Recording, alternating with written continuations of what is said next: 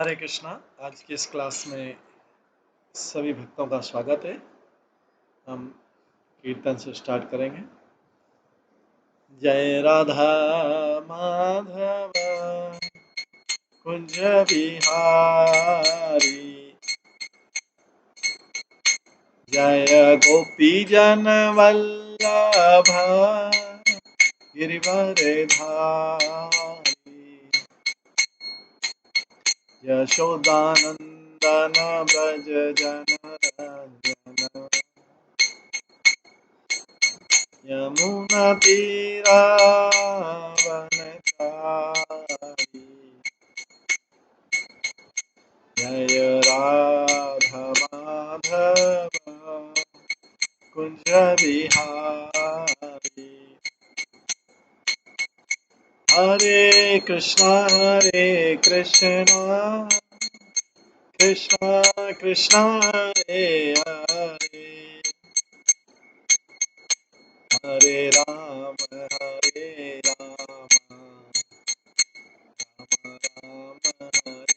हरे, हरे कृष्णा कृष्णा कृष्णा हरे हरे, हरे राम राम राम हरे हरे, हरे कृष्णा कृष्णा कृष्णा हरे हरे, हरे राम राम हरे हरे, हरे कृष्णा कृष्णा कृष्णा हरे हरे, हरे राम राम राम हरे हरे, हरे कृष्णा कृष्णा कृष्णा हरे हरे, हरे राम राम राम हरे हरे।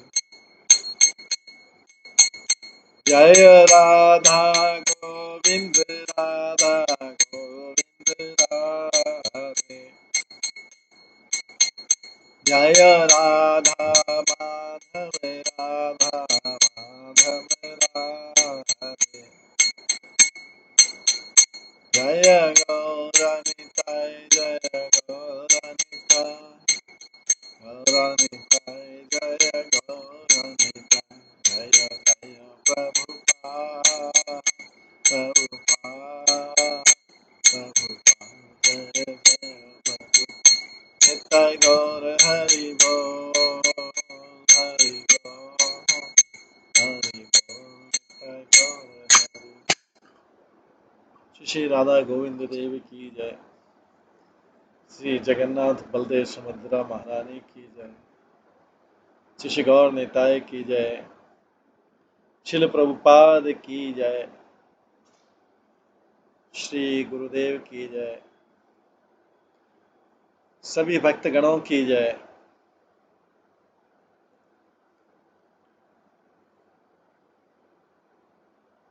श्री श्री गोपाल चंपू ग्रंथ की जय,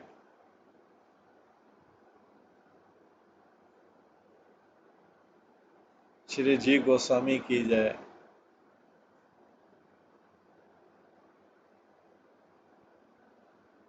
कल हम श्रवण कर रहे थे श्री गोपाल चंपू के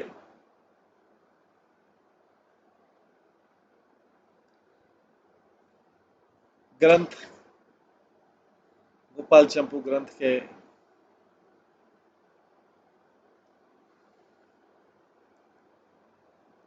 हम पूर्व चंपू भाग से श्रवण कर रहे थे, जिसमें भगवान के जन्म की लीलाएं हैं। कल हमने श्रवण किया था कल हमने श्रवण किया था कि किस प्रकार से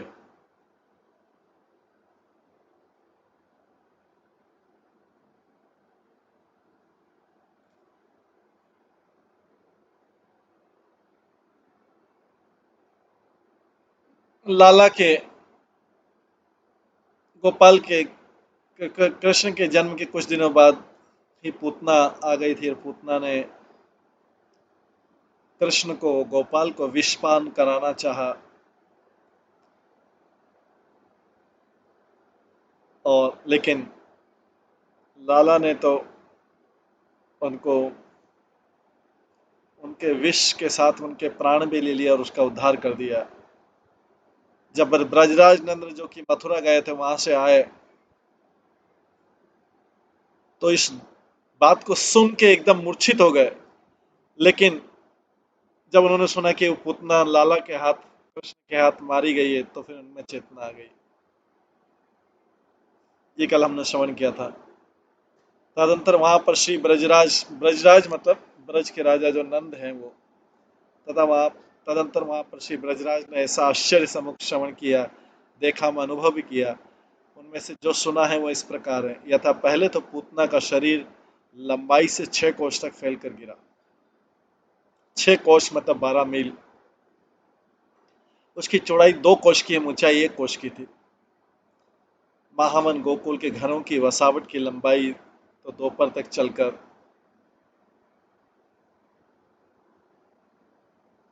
इस छोर से उस छोर तक पार की जा सकती थी।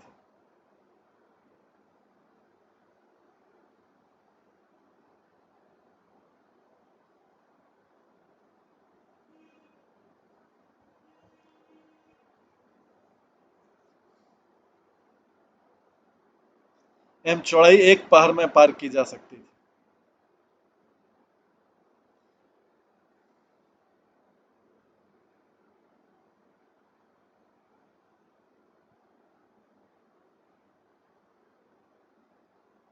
ऐसी विशाल महावन की नगरी का कोई अनिष्ट नहीं हुआ था, तो पूतना नगरी के बाहर गिरी, उसमें भी उसने प्राणियों को पीड़ा नहीं पहुंचाई, केवल वृक्षों को ही पीड़ित किया। जो आश्चर्य देखा वो इस प्रकार यह था। वहां पर ब्रजवासियों से भिन्न अन्य नीच जाति के जनों ने श्री उपनंद नंद आदि की अच्छी प्रकार की आज्ञा से ब्रज के समान कठोर विशाल हड्डियों द्वारा व्याप्त भूत पूतना के घने अंग प्रत्यंगों को शीघ्र कठिन कुठारों के द्वारा फाड़ डाला। पश्चात एक विशाल मैदान में धरकर यह आग्रह पूर्वक पूतना के टुकड़ों से भी लंबे काष्ठ के बोटा इकट्ठे कर उन अंगों को जला दिया।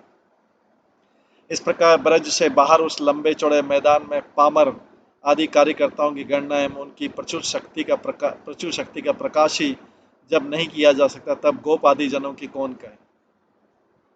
अर्थात उन नीच जाति के जनों की संख्या कितनी है, उनकी देह में कितना बल है, जो कि ब्रज तुल्य पुतना के टुक टुक उड़ा दिए। जब इन्हीं की संख्या एवं शक्ति का पार कर पाना कठिन है, तो गोप प्रवृत्ति साधु जनों की संख्या असीम असीम शक्ति किस प्रकार व्यक्त की जा सकती है।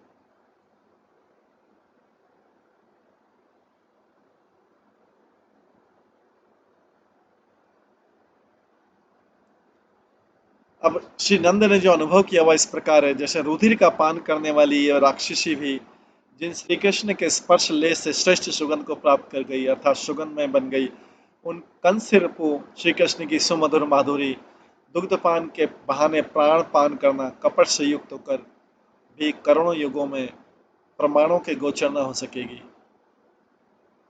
अर्थात अनुभव योग्य वस्तु प्रमाणों से नहीं कहा जा सकती, न समझी जा सकती, अतः श्री कृष्ण का माधुर्य अनुभव करने योग्य।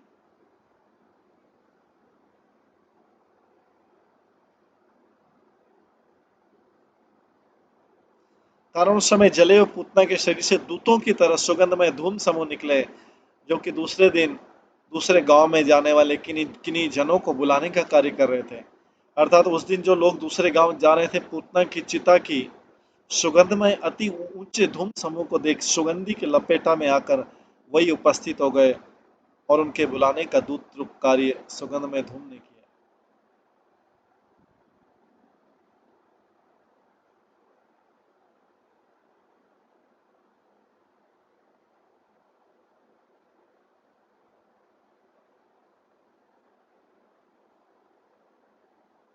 तदंतर गोकुल भूपति श्री नंद जी लाला को शीघ्र देखने के लिए ब्रजपुर महावन के मध्य में आए।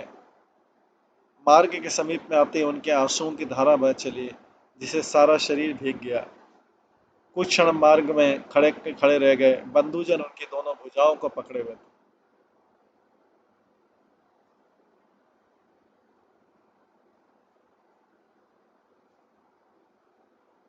पश्चात परम धीर बुद्धि वाले श्री नंद जी धैर्य को धारण करते हुए 2-3 मित्रों से परिवर्त होकर विशाल भवन की पौरी की वेदी को प्राप्त कर स्वर्णमय आसन पर विराजमान हो गए।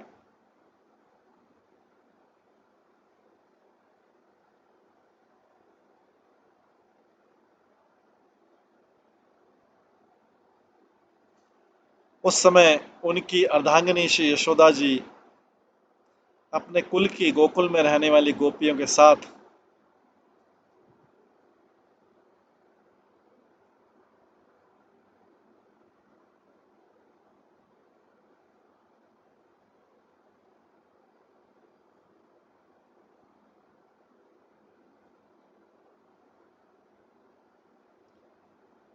उस समय उनकी अर्धांगिनी यशोदा जी अपने कुल की गोकुल में रहने वाली गोपियों के साथ श्री उपनंद जी की धर्म पत्नी के हाथों में धरे हुए पुत्र को आनंद पूर्वक आगे करती हुई सामने की ओर से पति देव के निकट आ गई और उपनंद पत्नी के द्वारा ही बालक भी उनकी गोद में समर्पण करवा दिया।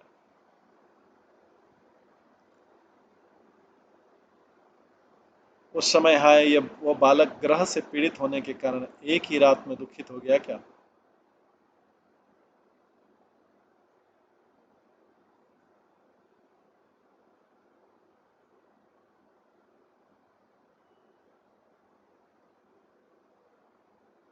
श्री ब्रजराज पुत्र के विषय में इस प्रकार की चिंता करने लग गए।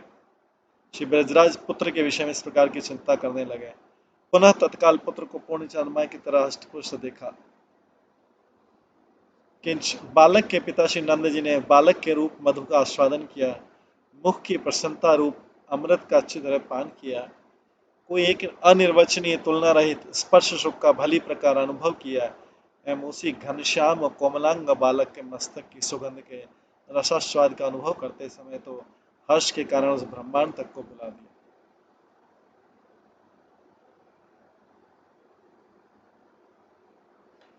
बालक के शोभायमान मुखमंडल को निहार कर सुखपूर्वक पुनः बोले, पुत्र प्राप्ति की संभावना न होने पर भी मुझ जैसे दीन के लिए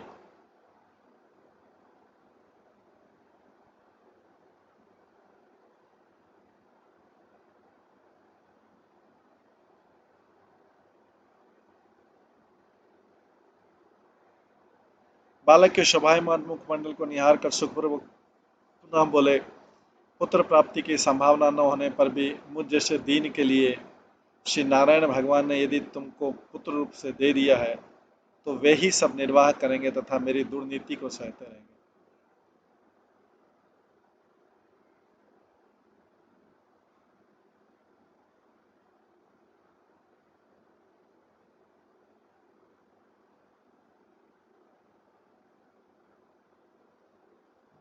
तदंतर निर्वाह करेंगे, अवश्य निर्वाह करेंगे, इस बार बार बार उच्चारण करती पूर्णमासी वहां आकर प्रविष्ट हुई। किंतु उस समय सभी जन इतने एकाकार हो रहे थे कि कोई भी उनके प्रवेश का निर्देश न कर सका, क्योंकि वह सभी के पीछे की ओर से प्रविष्ट हुई थी। उनके केश जटा रूप में परिणित थे।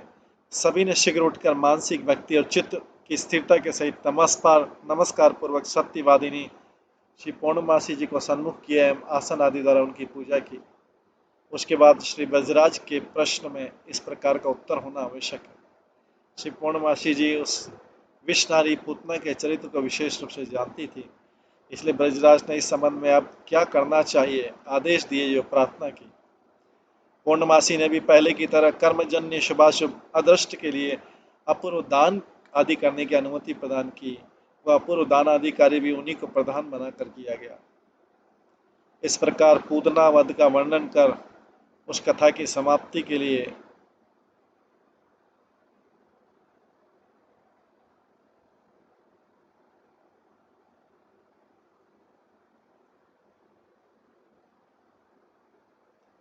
मधुकंठ ने फिर भी परम ऋषि सुखदेव जी की सम्मति दिखाकर यह सुंदर उल्लेख किया।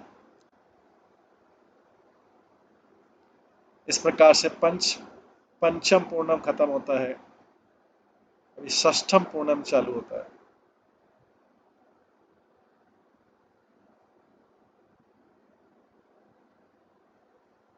यथा है गोपते, तुम्हारे ऐसा विचित्र पुत्र उत्पन्न हुआ जिससे वो बाल राक्षसी पूतना अपने संसार की राक्षसी हो गई अर्थात तुम्हारे पुत्र द्वारा ही उसको मात्र गति मिल गई, सदा के लिए उसका जन्म मरणात्मक संसार नष्ट हो गया।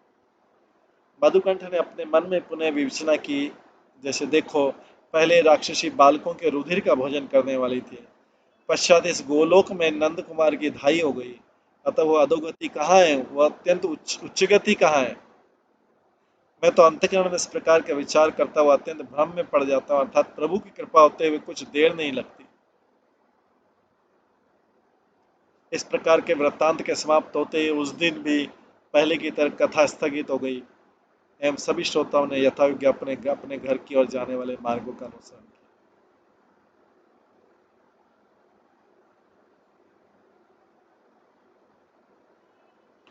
नाम पंचम पूर्णम, पंचम अध्याय खत्म होता है, छठ पूर्ण छठा अध्याय।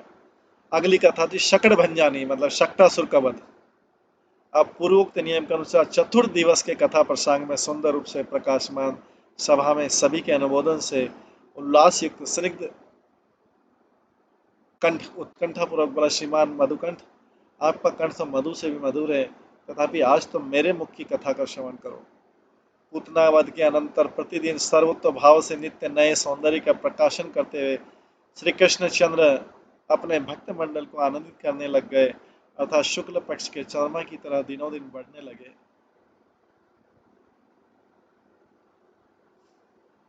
उसका दिग्दर्शन यथा पहले दिन पीछे दो, तीन, चार एवं उसके पश्चात जोड़ा और जोड़ा से मिलाकर 5, 6, 7, 8, 9 एवं 10, 10 जनी मिलकर छोटी युवती, बुढ़िया, बुढ़ी सभी प्रकार की गोपियां चारों ओर से टोली बनाकर ब्रजराज के भवन में आ रही हैं, शीघ्र प्रविष्ट कर रही हैं, बाल कृष्ण को देख रही हैं, पश्चात चुचुकार शब्द से युक्त अनेक खिलवाड़ कर रही हैं, बाल मुकुंद को मधुरता पूर्वक हंसाती है, स्वयं भी हंसने लगी।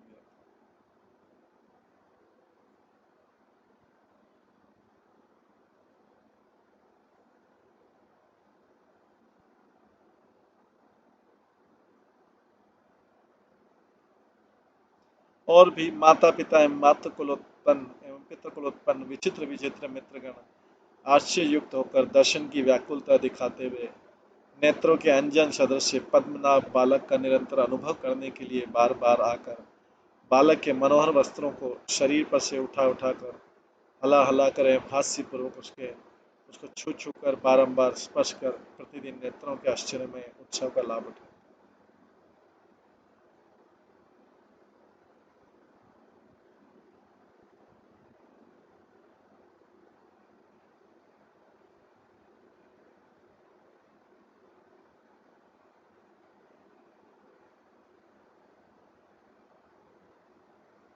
तदंतर बाल्य लीला का अनुकरण करने वाले श्री कृष्ण की समयोचित शोभा का वर्णन करते हुए कहते हैं, मुखमंडल पर अलकावली आ जाने पर भी जिनके नेत्र रूप खंजन पक्षी चंचल हो रहे हैं, तथा गौरव रचना और कुमकुम द्वारा विरचित तिलक से सुशोभित होकर भी मंद मुस्कान से जिनका मुखारविंद खिलखिला रहा है, वे ही अचल चरणों वाले श्याम वर्ण बाल मुकुंद तीसरे माह को प्राप्त कर था 3 महीनों के होकर सर्वतो भाव से सुशोभित हुए। उस समय बाल कृष्ण स्नेही जनों को स्नेह पूर्वक देखते हुए बारंबार मुस्कुराते हैं, दोनों भुजाओं को भी बार बार चलाते हैं, थोड़ा थोड़ा मधुर शब्द करते हैं और गोद में चढ़ने की इच्छा प्रकट करते हैं। गोद की प्राप्ति में प्रसन्न हो जाते हैं, प्राप्ति में रोने लगते हैं और कभी कभी माँ का दूध पीकर सो जाते हैं, पुनः जागते हुए हर्ष प्रदान।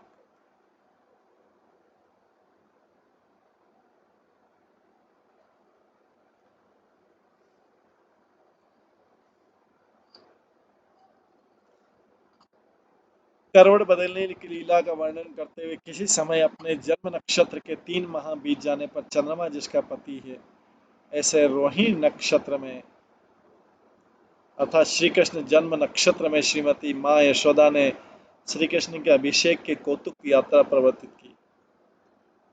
उस समय भवन में एक अत्यंत यत्नपूर्वक स्थापित एक उत्कृष्ट मणिमय पलंग था, उस पर सुगंध युक्त एवं कोमल रुई से भरा हुआ स्वच्छ सफेद वस्त्र से ढका हुआ एक गद्दा बिछा हुआ था, छोटा सा तकिया लगा हुआ था, उसी पलंग पर इंद्रनील मणि के समान शोभायमान बालक सुशोभित हो रहा था।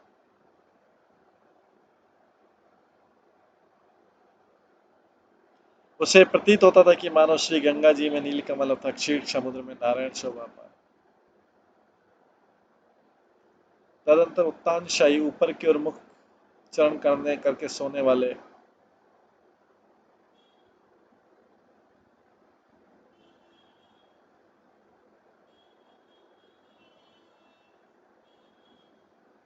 निज जनी यशोदा वो अपने पिता नंद जी के आनंदजनक बल से परिपूर्ण सर्वावय विशिष्ट एवं सर्व उत्कर्षशाली उस यशोदा के बालक ने रोहिणी नक्षत्र से सुशोभित प्रभात काल में अंग परिवर्तन अर्थात करवट बदल 3 महीने में करवट बदली। ये यशोदा के बालक ने रोहिणी नक्षत्र से सुशोभित प्रभात काल में अंग परिवर्तन अर्थात करवट बदल लिए, एक बगल से सो गए।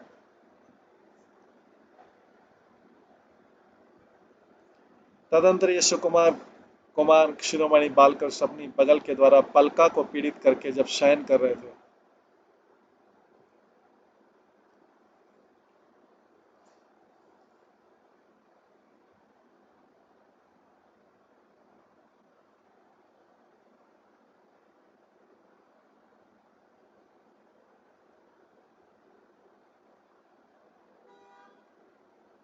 तब अकस्मात इनको देखकर धाइयों ने इनका चरित्र माता के लिए निवेदित किया।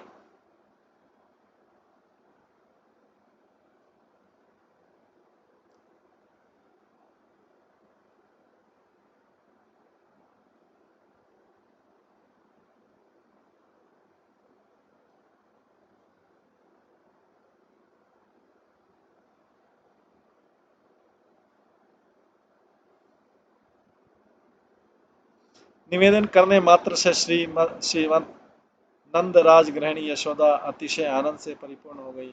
पश्चात अपने लाला के अत्यंत मंगल की कामना वाली नंद रानी ने पतिदेव की आज्ञा को अच्छी प्रकार जानकर फिर सभी गोपियों को प्रेम पूर्वक बुलाकर उसी महोत्सव को स्वेच्छापूर्वक महामहोत्सव बना दिया।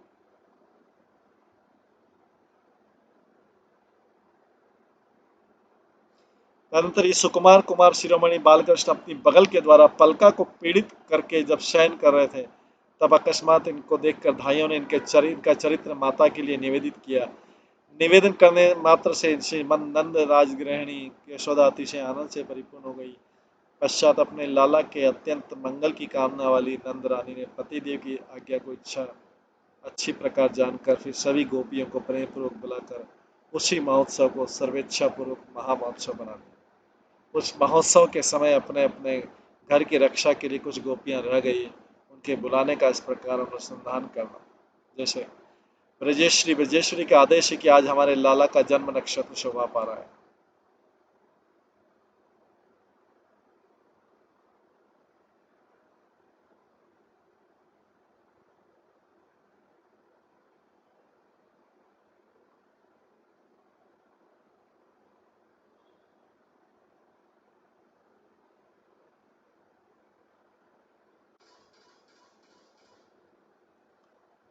श्री ब्रजेश्वरी का आदेश है कि आज हमारे लाला का जन्म नक्षत्र शोभा पा रहा है।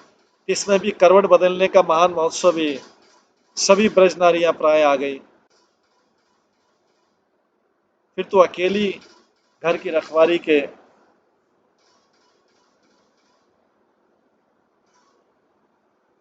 लिए क्यों बैठी है?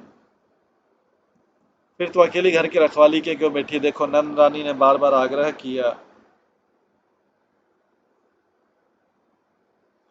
नंद रानी ने बार बार आग्रह किया कि क्या ब्रज में भी कोई चोर है? यदि प्रसिद्ध चोर है तो हमारा लाला ही है, किंतु वो केवल चित्त कोई चुराता है, इतने पर भी तू हमारे घर क्यों नहीं आती?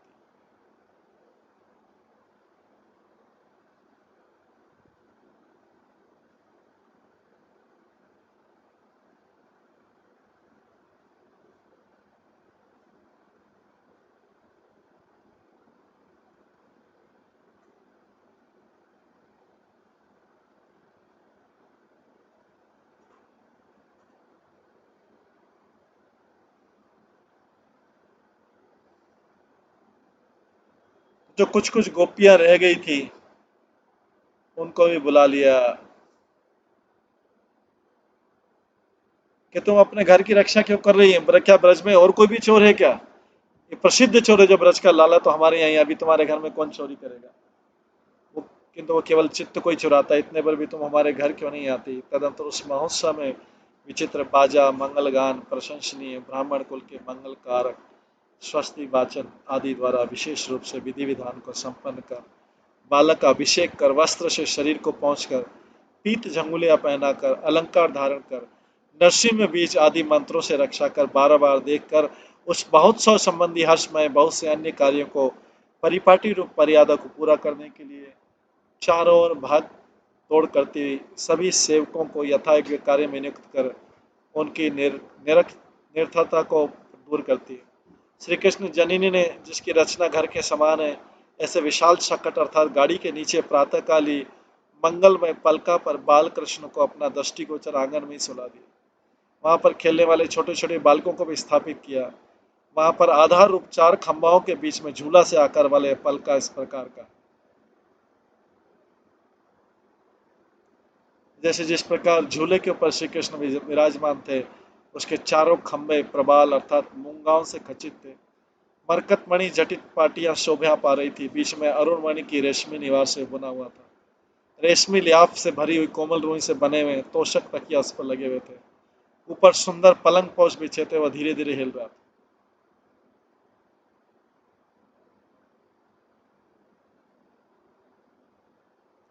उस झूला के बीच में ऊपर बंधे हुए वितान से नीचे की ओर लटकता हुआ बड़ा भारी एवं विचित्र एक रेशमी कपड़ों का पुष्प का गुच्छा था, जिसको अपने दोनों कर कमलों से कौतुकवश छूते हुए श्यामवर्ण वाली यशोदा के लाला उत्तानशाही होकर अव्यक्त शब्द करते हुए बार बार खिलखिलाकर हंस रहे।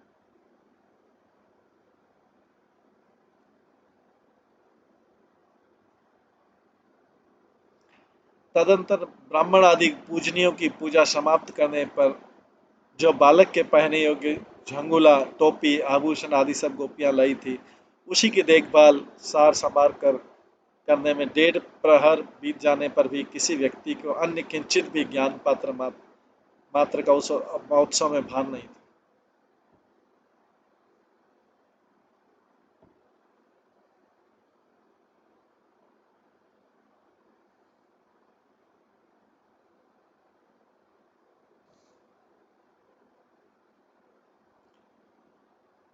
उसी समय नूतन बालक के उद्देश्य से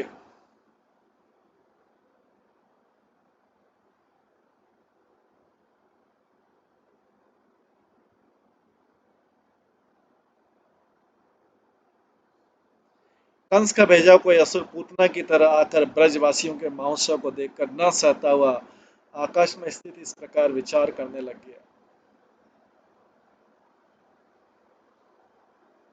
वो पूतना को मारने वाला बालक यही है, विशाल शकट के नीचे। साक्षात रूप से आगे बढ़ के तो कोई भी जंतु उसका अनिष्ट या अपराध करने के लिए समर्थ नहीं है, ऐसा उसके तेज से प्रतीत होता है। कपटमय मूर्ति धारण करने के कारण पूतना मारी गई।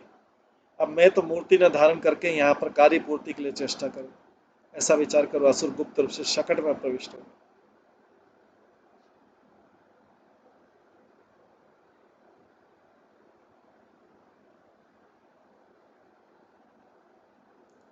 उस असुर के आवेश के कारण उस गाड़ी के पहिए जो बैलगाड़ी थी उसके पहिए धरती में धंसते चले गए। धूरा टेढ़ा पड़ गया, इसलिए वह असुर जब लाला के गिरने को ऊपर गिरने को उपद्रव करने का आरंभ करने लगा, तभी देवयोग से उस बाल भगवान को स्तनों में परिपूर्ण जो दूध उसके पीने की इच्छा उत्पन्न हुई।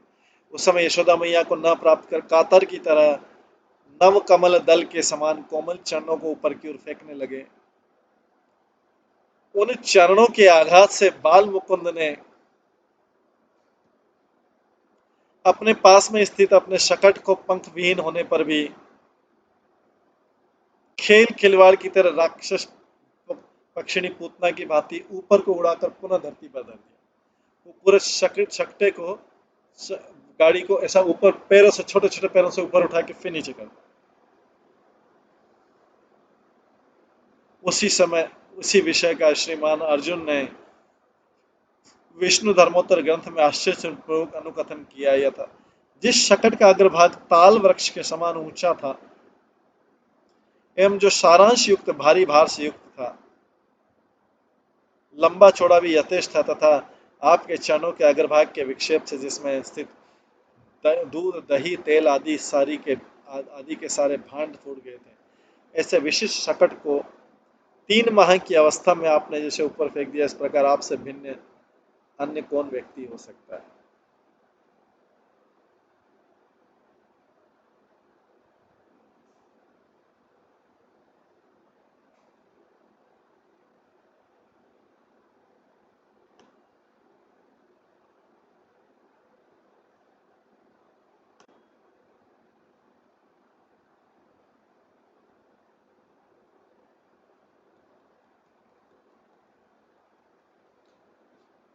उस असुर ने स्वयं ही मूर्ति धारण नहीं की,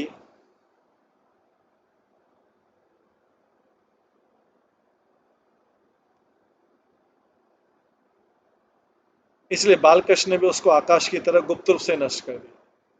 क्या आश्चर्य की बात है!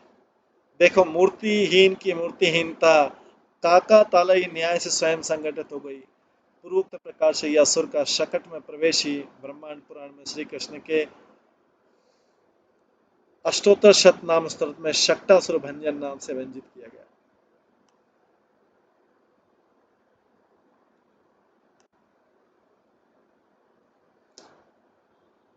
उस शक्टासुर के मरने के विषय में देवगण श्री गोपाल जी के भाव की उत्प्रेक्षा करते हुए कहते हैं,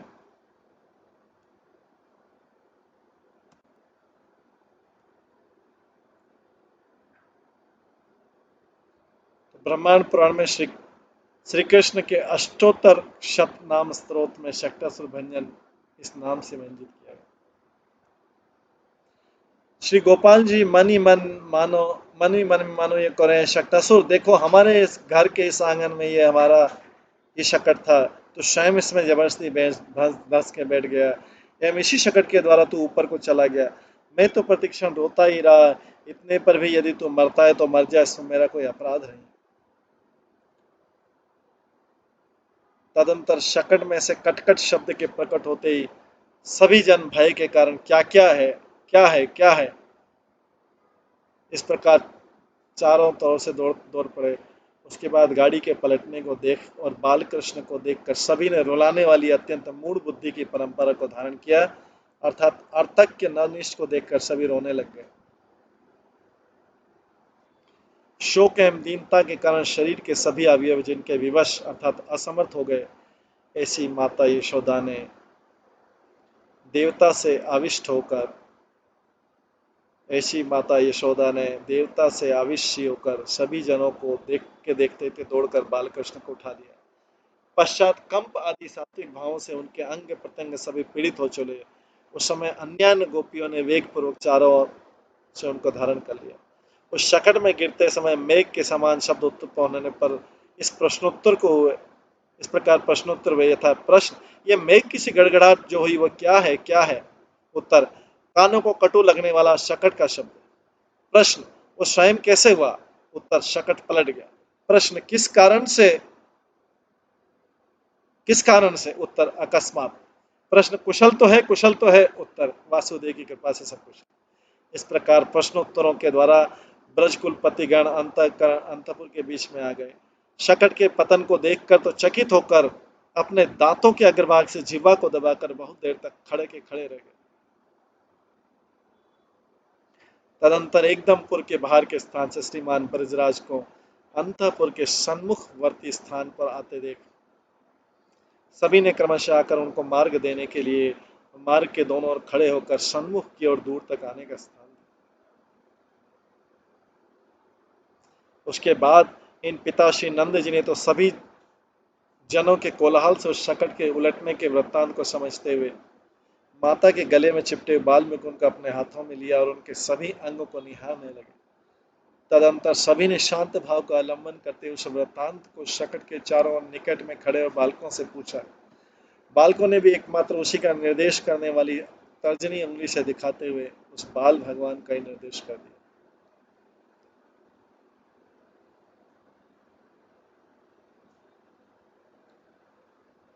उनमें से एक आगे बोलने वाले तोतले बालक ने कोलाहल को निवारण कर अपनी तोतली बोली में कहा, मैं पापा पाश्य सुनो। जज इस लाल ने चाचा ऊ उठाया तथा तभी ऊ ऊपर स्पर्श से ऊ उड़ता गया, यह सशकट पलट गया।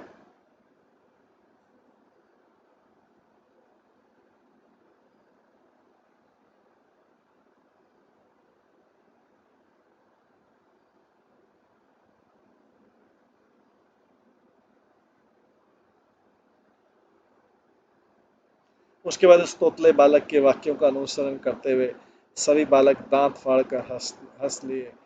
तभी अधिक वात्सल्य रस परिपूर्ण श्री उपनंद नंद आदि वृद्ध गोपों ने मूर्ख अज्ञानी बालकों की बातों पर विश्वास न करते हुए संशय रहित आग्रह प्रकट नहीं किया, अर्थात उनकी बात को निसंदेह स्वीकार नहीं किया, किंतु पूतना वध में जो सिद्धांत निश्चित किया था उसका अनुकंपन करने के कारण कठोर तर्क समूह में जिनकी बुद्धि वृत्ति रुक गई, उन्होंने तो निसंदेह बाल वचन स्वीकार कर, किंतु पिताजी ने तो पुनः स्वस्ति वाचन अभिषेक आदि ब्राह्मण वर्ग का दक्षिणा देकर संतोष साधन आदि एवं सभी के आशीर्वाद समूह द्वारा आदि द्वारा उस मनोहर बालक को मंगम से युक्त कराया तथा स्वयं माता की गोद से संयुक्त कराया, अर्थात माँ की गोद में दे दिया। माता ने भी अपने बालक के लालन पालन आदि अनेक कार्यकलापों से व्यस्त होकर दूध पिलाकर घर के भीतर वाली शैया पर ही लाला को शयन करा। श्री नंद आदि गोपों ने भी अनेक जनों को बुलाकर उस शकट की पूजा करवाकर उसको पहले स्थान पर ही धरवा दिया।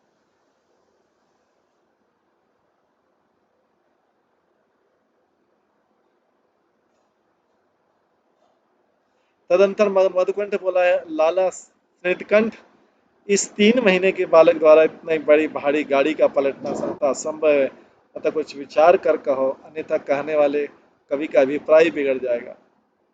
स्मृतकंठ बोला, आर्य, इस विषय में पहले ही आश्चर्य का भाव निकाल दिया है, क्योंकि योग माया ही इस बालक के गौरव का निर्माण करती है, अतः आप पुनः न पूछिए। मधुकंठ मुस्कुरा कर बोले, आगे का क्या वृत्तांत है सो कहिए। नीलकंठ बोला, तदंतर श्री ब्रजराज ने बड़े एवं छोटे भाइयों के साथ मिलकर विचार किया कि दोनों बालक विशेष करके एक ही घर में रखने योग्य है। कारण है कि दोनों की माताएं स्वयं ही दोनों का लालन पालन करने के लिए विशेष लालसा रखती है, उसी में अपने को धन्य मानती है। उसमें भी आपस में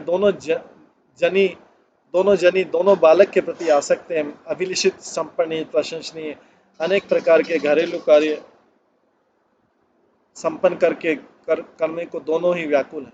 अर्थात एक जनी कहती कि घर का सारा काम मैं कर लूंगी, तो दूसरी कहती नहीं बहन,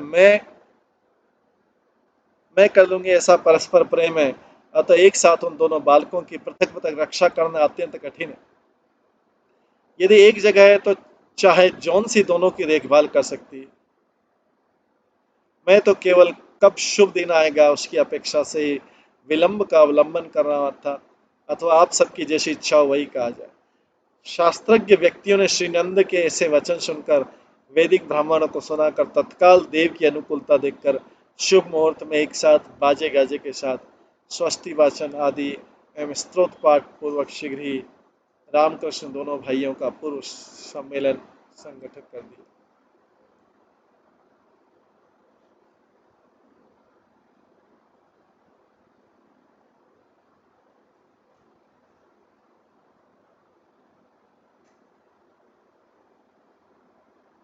वो दोनों भाइयों का मिलन इस प्रकार था जैसे दोनों की दृष्टि परस्पर संलग्न हो गई, दोनों की मूर्ति बहुत देर तक अंचल हो गई, परस्पर के मिलन से द्रवीभूत हुआ दोनों का चित्त नेत्र जल के बहाने सन्मुख आ गया।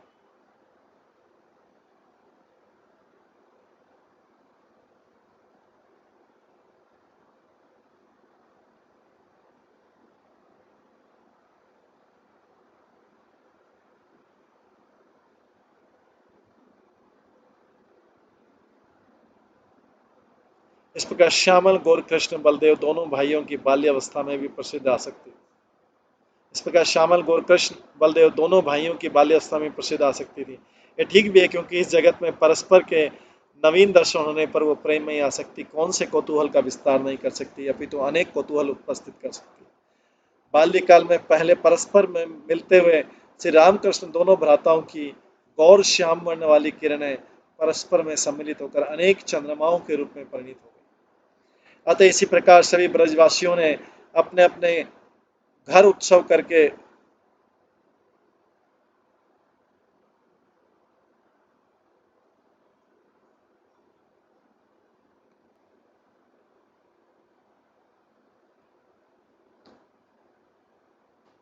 इस प्रकार सभी ब्रजवासियों ने अपने अपने घर उत्सव करके ज्योतिषियों ने अपने गणित के द्वारा जिस दिन को अधिक गुणयुक्त बताया, ऐसे गुणयुक्त गुणगण युक्त शुभ दिन में अपने अपने अपने बालकों का स्नेह इन श्री कृष्ण बलदेव दोनों भाइयों में चाहते हुए अपने अपने नवीन बालकों को मंगलाचार पूर्वक उन श्री कृष्ण बलदेव दोनों भाइयों से सम्मिलित करा दिया। तदंतर ग्रंथकार स्वयं कहते हैं कि क्रमशः लीलाओं के वर्णन में रसास्वाद की परिपाटी होती है, इसलिए युक्ति युक्त सत्य सम्मति के अनुसार श्रीमद् भागवतम की कथा को व्यतिक्रम करने करके भी प्रारंभ करते हैं। कारण कभी कभी जन क्रमशः शोभाशाली श्री कृष्ण की लीला आदि को आश्चर्य सुखजनक कह सकते हैं।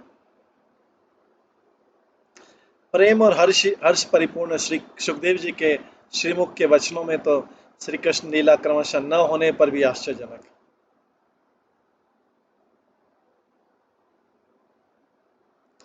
प्रेम और हर्ष परिपूर्ण सुखदेव जी के श्रीमुख के वचनों में तो श्री कृष्ण लीला क्रमशः न होने पर भी आश्चर्यजनक है। प्रेम की परिपाटी में क्रम रह ही नहीं पाता, अतः मैं तो सभी कृष्ण लीलाओं को क्रमशः वर्णन करूंगा। इस प्रकार अनेक कौतुक करते हुए छोटे भैया के 100 दिन पूरे हो गए, बड़े भैया के तो इनसे कुछ अधिक दिन पूरे हो गए।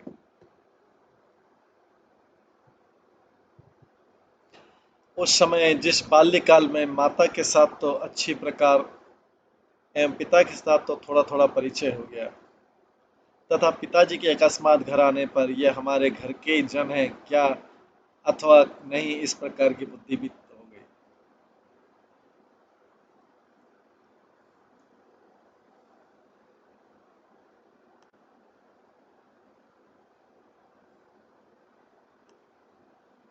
उसी बाल्य भाव के प्रबल होने पर उन दोनों भाइयों की कोई अनिर्वचनीय शोभा सुख सिंधु के समान उत्पन्न हुई। वो अपनी सौंदर्य रूपी तरंगों से ब्रज को ही क्या अपितु भुवन को भी आप्लावित कर रही थी। अतः श्री कृष्ण बलदेव जब अपने और पराय जनों को कुछ कुछ पहचानने लग गए, तब उनके दर्शन से सभी को अपार आनंद मिलना। अब लाला 100 दिन का हो गया, यह समझकर उसका नामकरण संस्कार भी शीघ्र ही करना चाहिए। इस विषय में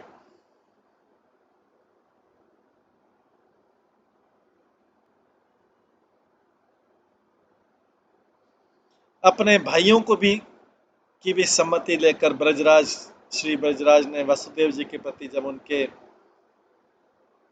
निजी दूत को संदेश देकर भेजा था, तभी परमार्थ के विचार से मित्र की पुत्रता के योग्य अच्छी प्रकार बाहरी व्यवहार से छोटा बालक का 100वां दिन ही नामकरण का उचित अवसर है।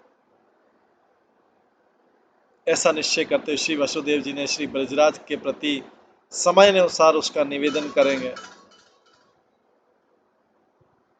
पुनः ऐसा निश्चय सा करते हुए संदेश भेजा।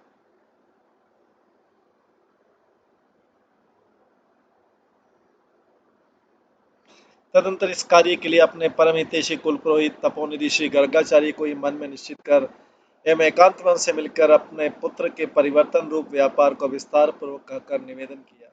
वे भी हंसकर बोले, देखो वसुदेव जी, मैं इस वृत्तांत को और भी अनेकों वृत्तांतों को अपनी सर्वज्ञता से जानता हूँ, कि तुम इस समय इस विषय में मेरे योग्य कार्य की अनुमति दीजिए।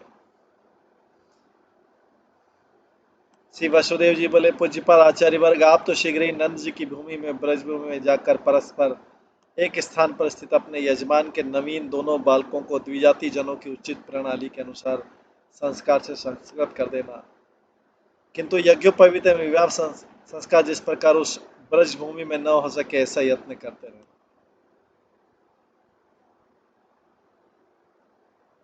गर्गाचार्य बोले, आपने ठीक ही तो कहा है, कारण हमको तो अपने पक्ष को ही पुष्टि करनी चाहिए।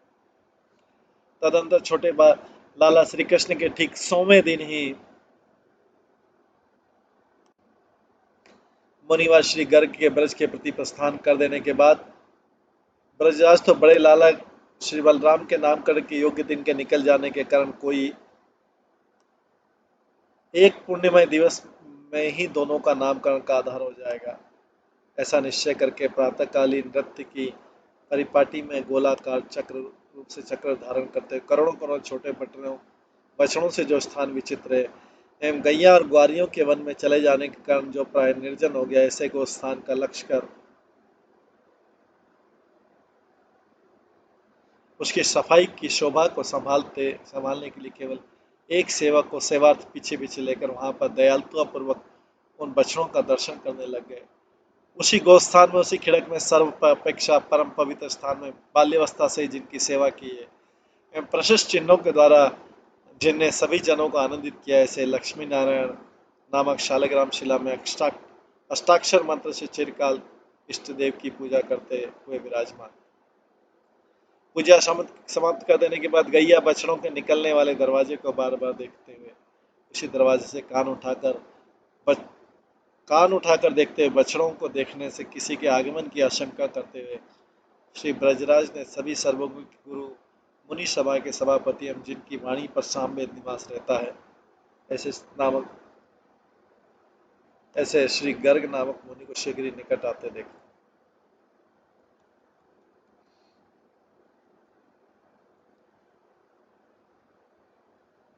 उस समय श्री गर्ग मुनि ने भी इस स्थान पर श्री ब्रजराज को देखा, जैसे उदय होते हुए चंद्रमा की सी जिनकी देह कांति है, उनके आधे केश पके हुए हैं, मुख और नेत्र आदि की विलक्षण शोभा सी, किंचित स्थूल हैं, लंबे कद के हैं, आजान लंबितम भुजा युक्त हैं, चारों ओर प्रसन्नता के तो मानव खजाने, जिनकी धोती दुपट्टा दोनों ही शुक्ल वर्ण के हैं, कान एवं हाथों के अलंकार से जिनकी प्रभा दैदीप्यमान हो रही एवं पुत्र विषयक प्रेम से तो जिन्होंने अखिल ब्रह्मांड को विस्मित कर।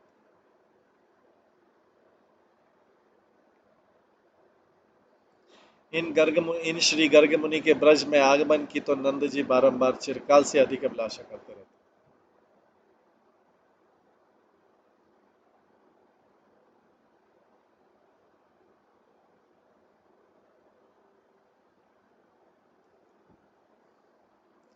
कारण सर्वत्र पूजनीय श्री गर्ग मुनि सर्वत्र पूजता अर्थात दर्शन योग्यता को क्यों नहीं प्राप्त करेंगे, अतः श्री नंद जी में इनकी पूजा एवं दर्शन करना चाहते हैं।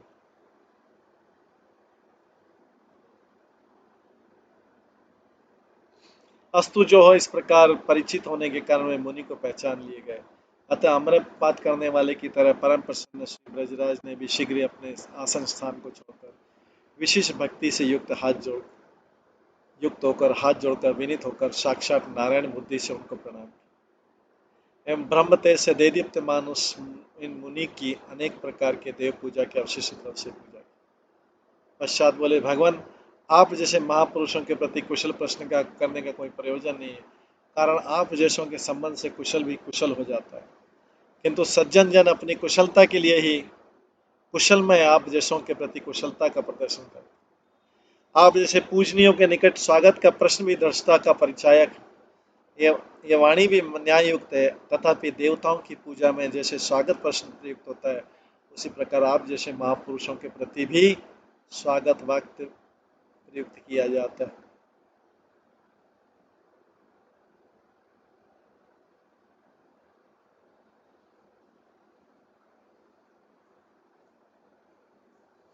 धन संपत्ति आदि के होते हुए केवल वाणी द्वारा संतुष्ट करना यह निश्चित ही उचित नहीं है। धन संपत्ति आदि के होते केवल वाणी द्वारा संतुष्ट करना निश्चित उचित नहीं, किंतु धन आदि द्वारा प्रसन्न करना यह विषय तो संपूर्ण व्यक्ति विषयक है, किंतु सभी प्रकार से परिपूर्ण में तो कुछ समाता नहीं है। अर्थात निर्धन को धन देकर प्रसन्न किया जा सकता है, किंतु आत्मानंद से परिपूर्ण आप जैसों के प्रति वैभव कुछ मूल्य नहीं।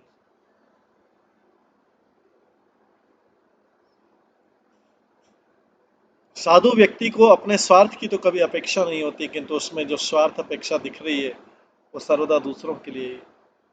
इसलिए साधु पुरुष के परोपकार अर्थ भ्रमण करते स्वयं आकर उपस्थित होने पर उसके निकट दूसरों के द्वारा जो भावी कार्य का विज्ञापन है वो सुखदायी होता है।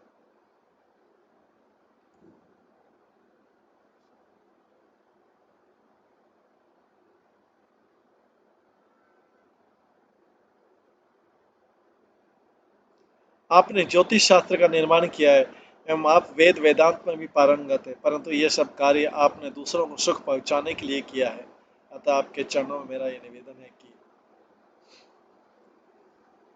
हमारे जो बालक उत्पन्न हुए हैं मुझसे भी अधिक प्रिय जो वसुदेव नंदन बलराम हैं, उन दोनों बालकों को आप अपनी अमृतमय दृष्टि से किमा निज ज्ञानामृत से सिंचित करें, कारण आप दया।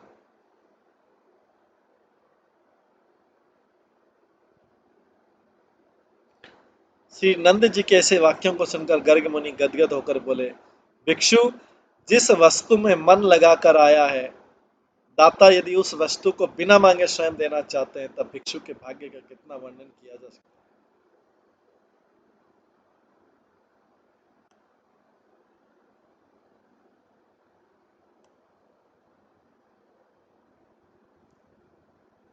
अपितु नहीं, और ऐसे दाता की कुशलता का कौन वर्णन कर सकता है।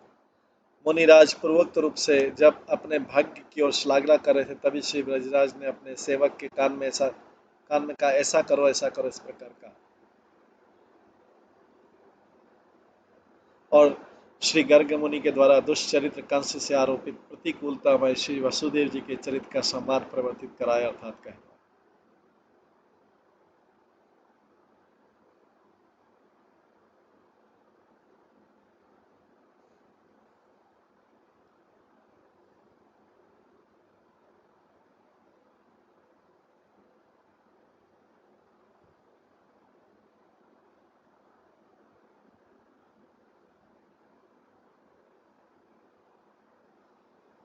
जब श्री गर्गाचार्य नंद जी दोनों ही आपस में स्पष्ट रूप से अनेक प्रकार के ज्ञान पूर्वक संभाषण कर रहे थे, तब वो अंतरंग सेवक भी उनके प्रयोजन को भली भांति समझकर अंतपुर में जाकर, जिन्होंने अपनी अपनी गोद में अपने अपने बालक ले रखे थे, ऐसी दोनों माताओं को आगे करके गंध पुष्पादि से सुशोभित स्वर्ण पात्र को हाथ में ग्रहण पूर्वक निर्जन मार्ग से सहसा उपस्थित। तदंतर ऋषि वह गर्गाचार्य दोनों माताओं के वत्सली दोनों छोटे छोटे बालक को दूर से ही देखकर मणि मंत्र की तरह वेग पूर्वक आसन से खड़े हुए।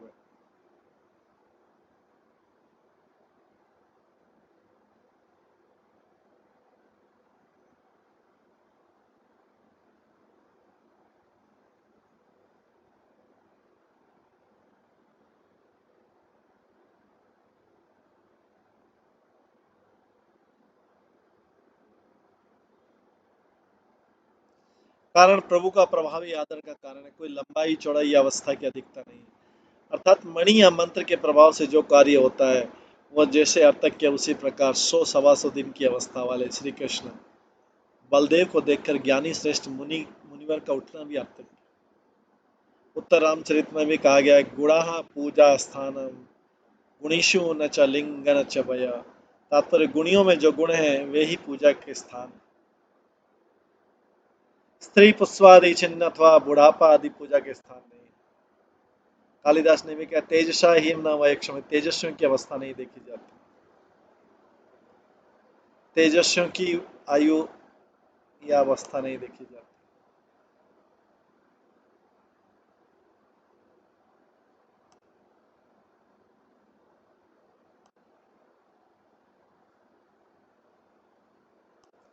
पश्चात वे तपस्वी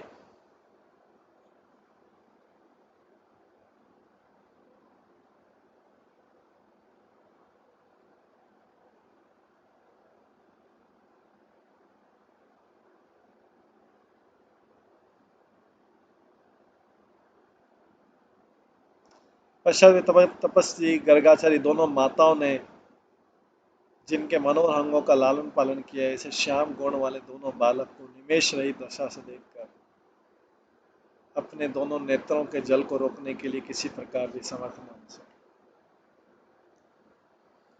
तदंतर दोनों माताओं ने संकुचित भाव से पास में जाकर दोनों पुत्रों सहित मौन अवलंबन पूर्वक स्वयं मुनिवर को प्रणाम किया।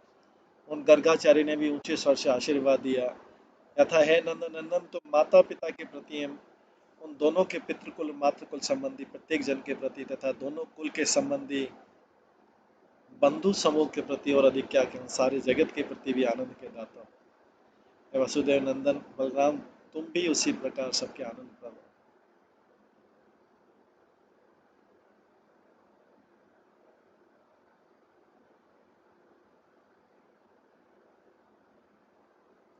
तदंतर उन दोनों का आशीर्वाद देने में एकाकार श्री गर्गाचार्य श्री ब्रजराज की प्रार्थना से जब अपने आसन पर विराजमान हो गए, तदंतर उन दोनों को आशीर्वाद देने में एकाकार श्री गर्गाचार्य श्री ब्रजराज की प्रार्थना से जब अपने आसन पर विराजमान हो गए, तब सामने ही कुछ दूरी पर एक श्यामवर्ण और दूसरी गौरवर्ण के पुष्पों से युक्त दो अपराजिता नामक लता की तरह वे दोनों श्री यशोदा एवं रोहिणी दोनों पुत्रों को गोद में लेकर खड़ी हुई सुशोभित।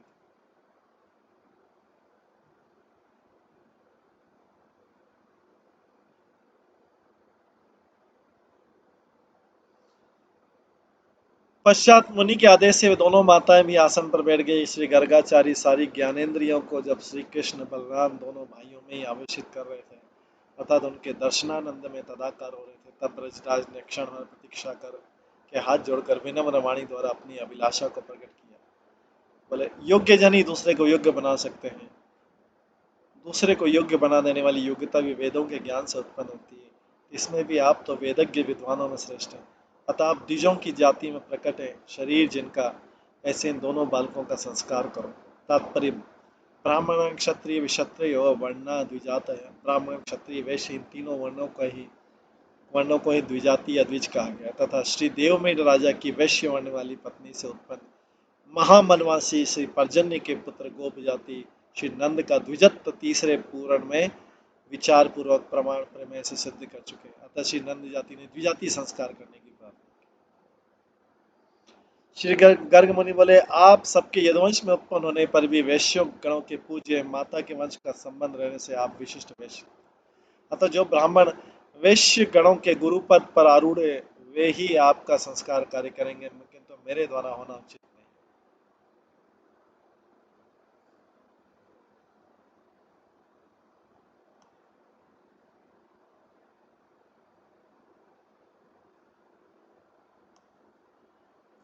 श्री ब्रजराज बोले, भगवान आपका कहना ठीक है, किंतु किसी स्थान पर अधिकारी विशेष का संयोग प्राप्त कर सामान्य विधि भी विशेष विधि को बात देती।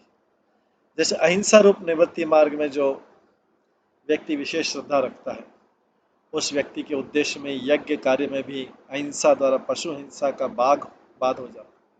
अतः आपका ब्राह्मणता के नाते सामान्य विधि द्वारा सर्वगुरुत्व तो सिद्ध है, फिर गुरु मात्र के प्रति श्रद्धा विशेष रखने वाले हमारे कुल में वह गुरुत्व लघुत्व को कैसे प्राप्त कर सकते। उसमें भी सब प्रकार के प्रमाणों से आपकी अधिकता को मैं जान लेता हूं, इसलिए आपको अन्यथा विचार न करें। आपके द्वारा नामकरण संस्कार होते ही अपने पुरोहितों का भी स्पष्ट रूप से उत्सव द्वारा विशेष हित कर कार्य कर। श्री गर्गाचार्य अत्यंत गुप्त रूप से कार्य करने के लिए पुनः विचार पूर्वक बोले कि आपका कहना तो ठीक है, तथापि देवकी के पुत्रों को मारने वाला दुर्मति दुष्ट कंस दुर्गा देवी के कहने के अनुसार निश्चय ही दोबारा भी शंका युक्त हो जाएगा।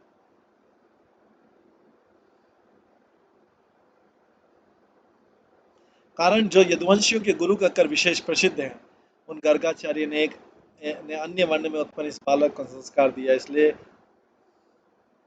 वसुदेव जी ने जिसकी उपासना की, ऐसी आकाशगामिनी देवी ने ही जिसका परिवर्तन किया है, वो बालक वही है। क्योंकि देवताओं की वाणी भी मिथ्या नहीं होती, ऐसा होने पर यह कार्य तो समताहीन और अत्यंत निंदनीय हो जाएगा, अथवा अति निंदनीय होकर भी यह कार्य अति निंदनीय हो जाएगा। तदंतर गर्ग मुनि के ऐसे वचन सुनकर श्री ब्रजराज कुछ व्याकुल से होकर पश्चात इन मुनि के द्वारा तो षष्ठी वाचन आदि कार्य करने मात्र से मंगल हो जाता है, ऐसा विचार के बोले, है ब्राह्मण, जब कि आपका संग ही मंगलमय, तो आप इस निर्जन गैयाओं के खिड़क में मेरे बंधुओं के द्वारा भी अलक्षित होकर केवल षष्ठी पूर्वक वाचन द्वारा इन दोनों बालकों का द्विजाति संस्कार कर दीजिए।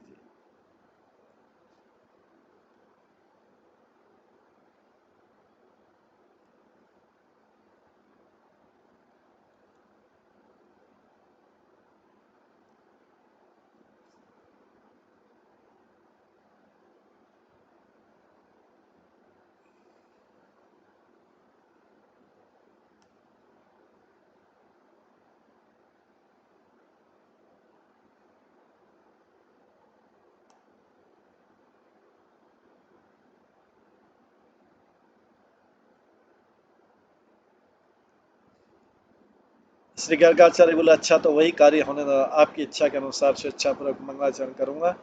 इसलिए समय के उपयोगी होने के कारण आपाततः नामकरण ही करूंगा।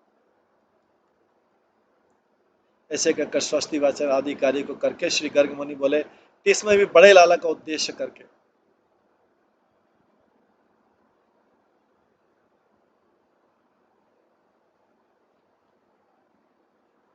तो अभी गर्ग मुनि जो है स्वस्ति वाचन आदि कार्य को करके, और आपातकालीन स्थिति इमरजेंसी था कि कंस को पता नहीं लगना चाहिए, इसलिए नामकरण के लिए तैयार हो गए।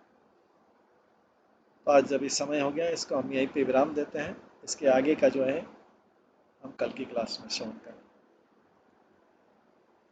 इसके आगे का जो नामकरण कैसे होता है, क्या क्या नाम रखे जाते हैं, उसका श्रवण कल की क्लास में करेंगे। आज की क्लास में यहीं पे विराम देते हैं। सभी भक्तों का बहुत बहुत धन्यवाद। सभी भक्तों के लिए एक बार हरे कृष्ण महामंत्र का जप करते हैं। हरे कृष्णा कृष्णा कृष्णा हरे हरे, हरे राम राम राम हरे। श्री श्री गोपाल चंपू ग्रंथ की जय। श्री जी गोस्वामी की जय। श्री प्रभुपाद की जय। सभी भक्तगणों की जय। हरे कृष्ण।